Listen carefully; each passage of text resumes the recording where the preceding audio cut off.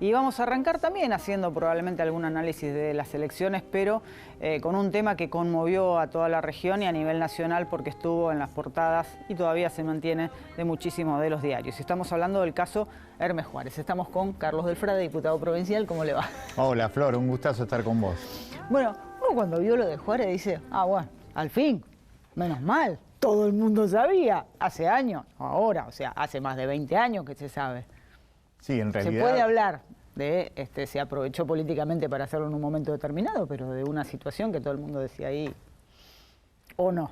Claro, lo que pasa es que son más de 50 años en lo que significó el desarrollo, en esos 50 años en forma paralela, del lugar por donde pasa la mayor cantidad de plata en la Argentina.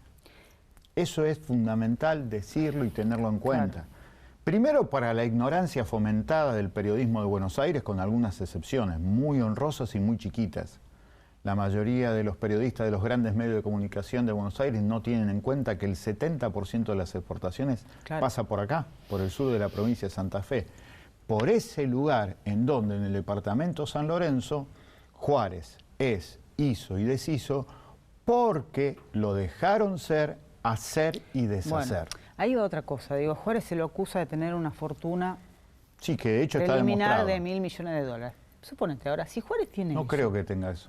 Si Juárez tiene eso, 500. No, es una enormidad. Es una enormidad, sí. El resto, bueno, digo, porque ahí está la no sobrevive un sindicalista con todo lo malo que uno pueda ver en el caso de Juárez y replicarlo para otros, si se quiere, pero no sobrevive solo. Juárez es el final del Tigre Verón. Cuando vean el final del Tigre Verón, es Juárez. Otros empresarios, por anuencia política, digo, si no, no sobrevive en una situación así. Y eso se demuestra. Yo lo que te vine a presentar acá y públicamente por primera vez para toda la opinión pública es esto, se lo mostramos acá a la cámara. Dale, sí, dale. Que es la causa que lleva adelante y la resolución de la causa del doctor Charbay de la ciudad de Campana, noroeste de la provincia de Buenos Aires. Esto también es muy importante. Esta es una resolución de 272 páginas. En estas 272 páginas aparecen especialmente, como generalmente ha pasado en los últimos 10 años, tanto en la justicia provincial como en la justicia federal, que el máximo del caudal probatorio, como se dice en la jerga leguleya, son las escuchas telefónicas y las desgrabaciones. Los que hacen fundamentalmente, y este es un dato no menor, Flor, lo que hace esto es la que se llama la AFI, que es la Agencia Federal de Investigaciones, donde estaba ¿quién? D'Alessio. Y acordate que D'Alessio, en uno de los WhatsApp que le manda al fiscal Stornelli, dice con claridad algo que nosotros presentamos como pedido de informe en la legislatura y que por supuesto no fue contestado, lamentablemente no fue contestado. Ahí D'Alessio dice, me voy a quedar con los puertos de San Lorenzo y Rosario. Te voy a mandar algo, a Stornelli le dice, a principio de este año, por lo cual me voy a quedar con los puertos de Rosario y San Lorenzo y vamos a poner a nuestra gente. Acordate, Flor, de eso. Nosotros lo denunciamos y lo dijimos. No es casual todo lo que pasó acá. El principal organismo que hace las escuchas telefónicas en esta causa es el organismo que lo tenía contratado a D'Alessio, la Agencia Federal de Investigaciones. A partir de esto se desprenden aquí distintas situaciones. La denuncia se origina en febrero del 2018. Va alguien en Campana y le dice, desde el puerto de Campana y Zárate, la Cooperativa de Trabajo Portuario de Puerto General San Martín exporta droga hasta Veracruz, en México. Esa es la denuncia original. La denuncia original tiene que ver con narcotráfico.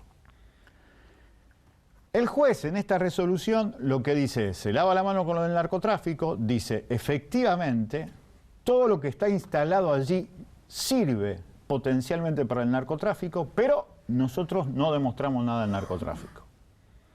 Se lo termina acusando a Juárez de asociación ilícita, administración fraudulenta, coacción, que denuncian las otras empresas, todas igualmente como la cooperativa y con todos representantes empresariales iguales que Juárez, porque participan de ese monumental flujo de dinero que pasa por allí. Por eso para mí es fundamental investigarlos a ellos. Y por lavado de activos. Esos son los 4 cargos que hoy se está haciendo. El enriquecimiento ilícito no está, va a aparecer como, te diría, sombra o coletazo de la administración fraudulenta. ¿Pero qué aparecen acá? Nombres, realmente muy pero muy importantes. Acá aparece cómo el Estado Nacional es responsable de lo que pasa por el complejo agroexportador más importante de América Latina y de la Argentina, lo dice la causa. ¿Quién va a responder del Estado Nacional sobre todo lo que ha pasado con el complejo agroexportador? En los últimos 40 años. Con el dinero legal e ilegal. Hay frases fascinantes, allí aparece un ex intendente de la ciudad de San Lorenzo, Ramón Rubén Tevez, un hombre a quien nosotros conocemos desde su intendencia en San Lorenzo. Tevez junto a Juárez y Coan, ¿te acordás de Coan, el secretario de Menem? Sí. Jugaban juntos al fútbol en un mediocampo famoso, eran Coan, Tevez y Juárez ese mediocampo. Tevez siguió, se ve allí. Hay una frase de Tevez que es impresionante. ¿Cómo entra la que sacamos de la cooperativa, por ejemplo? Eso es de desgrabación textual. Desgrabación textual. Me tengo que reunir para ver ellos qué pueden declarar. 70 y un 30 bajo la mesa. Con esos números lo podríamos ubicar bastante. Ojo que digo esto, porque lo que dice Tevez no tiene que ver con él solamente, tiene que ver con todas las empresas vinculadas con el sector por donde pasa la mayor cantidad de plata de la Argentina.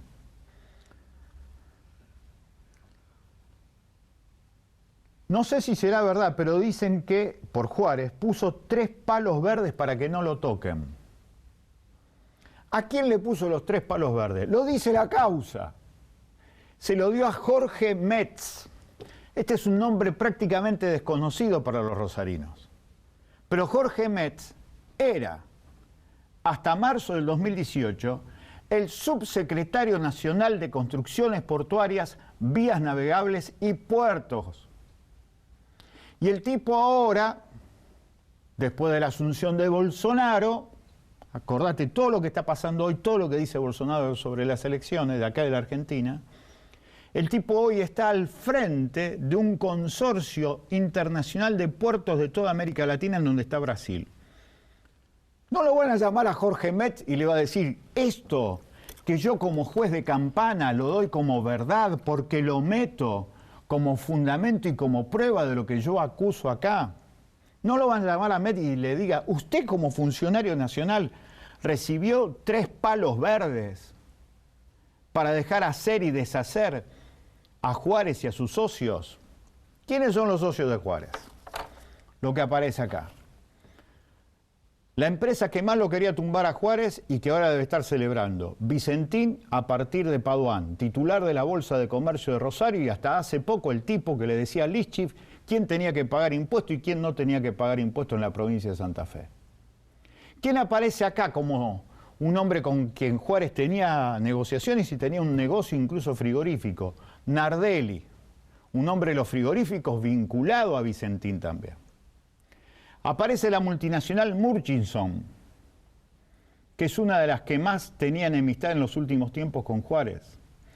Aparece Milicenda, que es un hombre vinculado a la Cámara Portuaria de San Lorenzo, también nombrado en la causa, con distintos negocios bajo la mesa con Juárez. Aparece acá.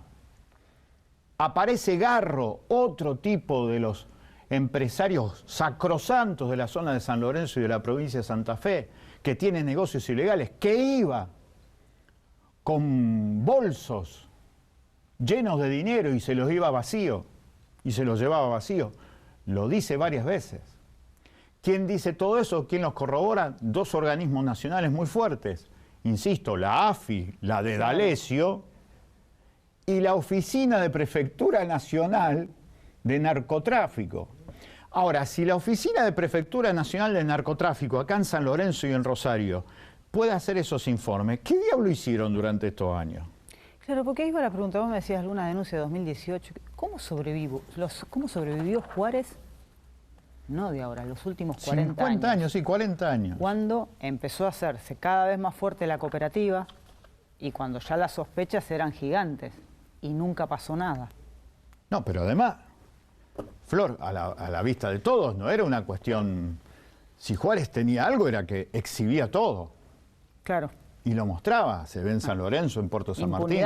Impunidad paga, ¿no? Por supuesto. Y cuando traía, por ejemplo, claro, yo lo que nunca me voy a olvidar, el día que hizo desfilar a unas máquinas que trajo de Volvo de Suecia, que lo hizo desfilar desde calle San Martín de San Lorenzo hasta Puerto General San Martín. Es su manera de ser. Acá se habla en una escucha de eso. Pero hay dos dirigentes políticos directamente vinculados con el poder real de la provincia de Santa Fe, políticamente hablando, muy nombrados en estas escuchas telefónicas. Aparece Leo Raimundo, el intendente de la ciudad de San Lorenzo, que le hace un favor a Juárez diciéndole: quédese tranquilo, Juárez, que no le voy a sacar la vigilancia privada que tiene en su casa, ese palacio parecido a Dinastía, la serie de los años 80, no le voy a sacar eso, le voy a hacer que los muchachos en el Consejo Municipal voten en contra de eso, de sacarle la seguridad privada. Se menciona cómo se ponen coches para la campaña de Raimundo, cómo se puso dinero y coches para la campaña a senador de Armando Traferri, 250.000 pesos. En una escucha determinada, Juárez le dice a uno de sus principales colaboradores: ¿te dio recibo?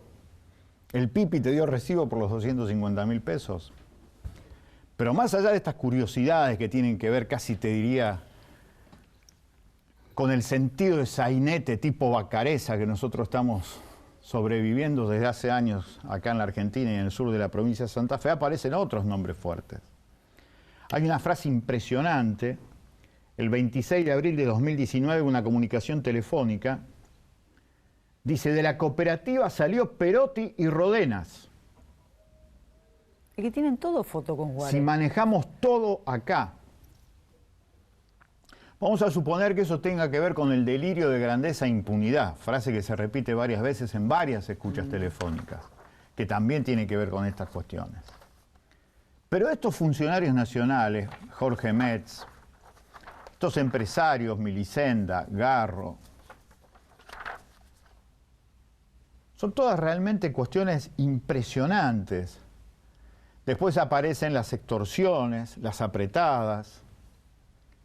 Ahora, todo esto en el medio de muchos organismos nacionales y provinciales que miraban sin ver y a los que no le importaba que toda la zona del puerto de San Lorenzo y Puerto San Martín, donde están los empresarios más grandes de la Argentina, los que compran dólares y hace que el dólar estalle y así después el 25% menos de salarios tenemos menos de 24 horas en Argentina. Son los mismos tipos. El mercado, los mercados son estos tipos. Se lava dinero, por ejemplo, una empresa en Panamá, Imperius Financial Panamá, abierta en el año 2012, con absoluta naturalidad. Dineros en las Islas Vírgenes. Dineros en una empresa que tiene Bunge en Inglaterra, que se llama Bunge Limited Corporation, algo así. Estamos hablando de Bunge, de Cargill, de Vicentín, de Milicenda, de Garro. Claro, Juárez aparece, digo, ahí en cuanto Juárez a la aparece por esa ostentación obscena. Todo eso, como el último orejón del tarro en todo caso, o como el eslabón más chico. Hay que ver después si la investigación avanza, porque es lo que planteamos al inicio, no es solo Juárez. Juárez en todo caso será la punta del iceberg. Es la punta del iceberg porque es al que lo tienen que sacar para seguramente reducir costos laborales. Y el que muestra obscenamente además qué es lo que hizo por izquierda. Totalmente, pero insisto, no es el único, por eso es lo que decimos. Bueno, pero acá cobra hasta también... Macri está mencionado acá. ¿Vos te crees que no le dijo al Macri algo? Bueno, Murchison. Cobra mucha dimensión el tema del poder político y el poder judicial. Totalmente. ¿No? Y con una oportunidad ahora de demostrar ciertas cosas. Bueno, pero el tema es que si de esto no se habla, Flor, Nadie va a decir que esto está en la causa. Y nadie va a andar por ahí. Terminal 6 también aparece, otra de las empresas vinculadas. Acordate que el desarrollo portuario de la provincia de Santa Fe aparece cuando justamente se instala Terminal 6 allí en Puerto General San Martín, con la alianza de 3 terminales aceiteras de Santa Fe y 3 de la provincia de Córdoba, de allí Terminal 6. Y ahí cambia, dejamos de ser la zona obrera, industrial que nosotros éramos con multiplicidad de industrias, dejamos de serlo, y a partir de los años 90 y el saqueo que produjo el menemato, se produce esto del desarrollo del polo agroexportador. A partir de ese momento las cuestiones cambiaron y comienzan a aparecer estas cuestiones individuales que son la expresión de eso. 272 páginas que para nosotros no tiene desperdicio, que obliga, a mi entender, a quienes tenemos representación política, a preguntar en voz alta esto, a que la gente lo conozca. La gente tiene derecho de saber que más allá de aquellos que aparecen como realmente los malos de la película, los malos de la película, sea como sea, y en cualquier película, son los malos de una película que tienen un guión. Y ese guión lo piensa alguien que nunca pone la cara frente a la cámara. No, claro, y que no se muestra impúdicamente como en todo caso Juárez. Exactamente. ¿Sabés qué me acordaba? Me acordaba los juguetes de Banrel. Sí, claramente. Me acordaba de El pájaro cantero y el mural que le hicieron en el barrio. Claro. Me acordaba la movilización en favor de Juárez.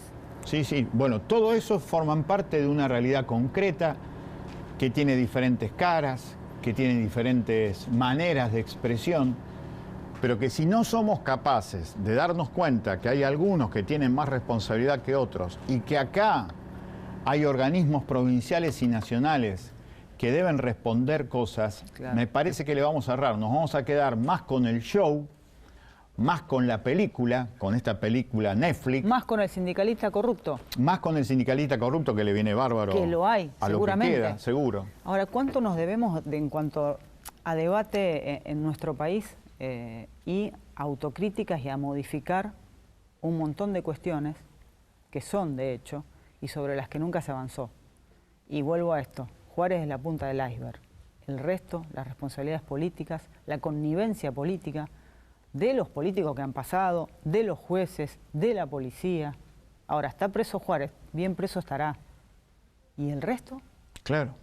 Y después queda lo otro. Y esto pasa acá, ¿no? Si estos tipos hicieron todo esto con la connivencia de mucha gente, ¿qué le pasa al pueblo? Suponete que vos te comprás, no sé, un auto. Vos tenés que demostrar un montón de cosas sobre por qué te compraste un auto. Acá hay muchísimo dinero en juego y nadie lo ha querido controlar.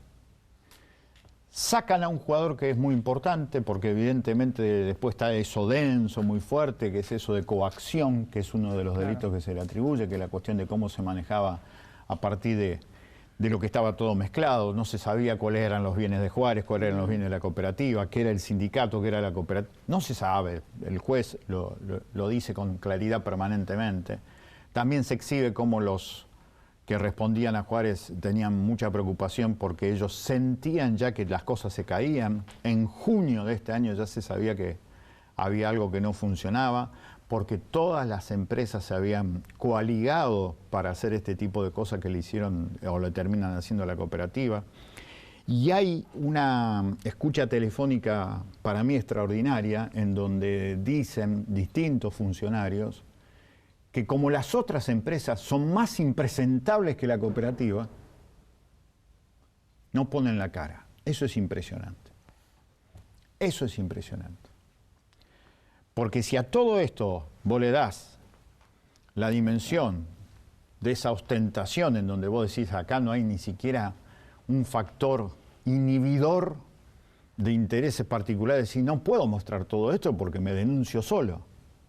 Ahora, si eso que parece ser grosero es la cara más prolija de todas estas grandes empresas que exportan, facturan millones, que son las que compran los dólares y que le hacen bajar un 25% el salario a la gente en un día, son peores. Pero no tenemos dimensión. No sabemos realmente todo el nivel de mirar para otro lado.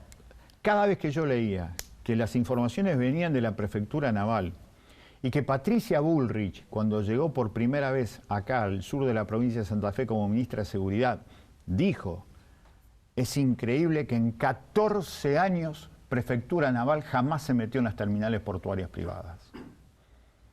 Tremenda la frase. Tremenda frase. Ahora, que me queda poco, pero no quería dejar de preguntarte esto. No.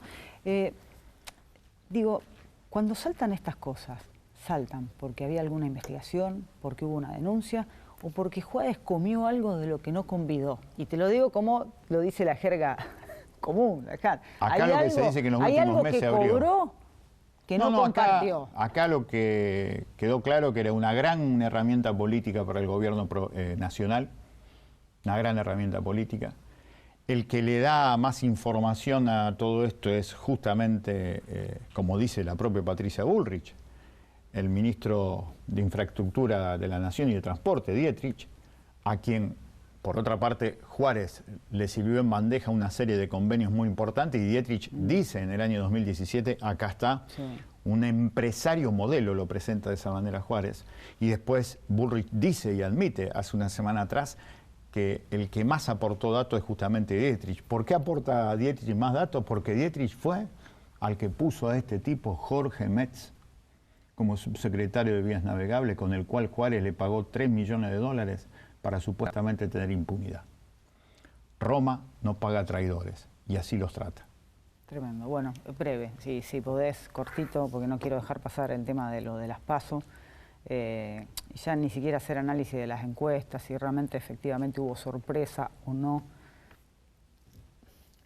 Yo creo que nuestro pueblo votó en defensa propia. La realidad social es angustiante, la cuestión del laburo, de la jubilación, de los medicamentos, votó en defensa propia. Se tiene que terminar esta política de la dictadura que en lugar de votos tuvo votos. Tuvo votos hasta acá, no tuvo más votos. Lo que es impactante, como las minorías dominantes, estas grandes empresas que compran los dólares y que generan esto de los golpes de mercado, quieran decirle a la gente, nos quieran decir a todos que tenemos que tener miedo porque si no gobiernan los representantes de esta basura que es esta oligarquía que hoy tenemos en Argentina, no lo vamos a dejar vivir. La gente tiene que seguir firme en su decisión y me parece que esa extorsión que incluso produce el presidente que tenemos, que padecemos, un presidente que se pone en extorsionador cuando habla como habla en la jornada del día lunes, esa extorsión que le tira a la gente tiene que ser rechazada y la gente va a tener que seguir siendo así en defensa propia, votando mucho más allá de la fórmula Fernández, insisto, en defensa propia. Necesitamos trabajo, no desocupación. Necesitamos empresas abiertas, no negocios financieros. Necesitamos medicamentos, no gente que pida por la calle.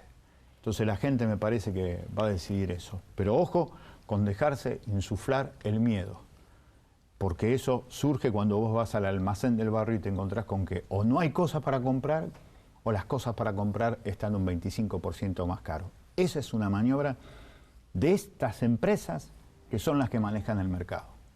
Gracias, Carlos. A vos. No se vaya, volvemos enseguida.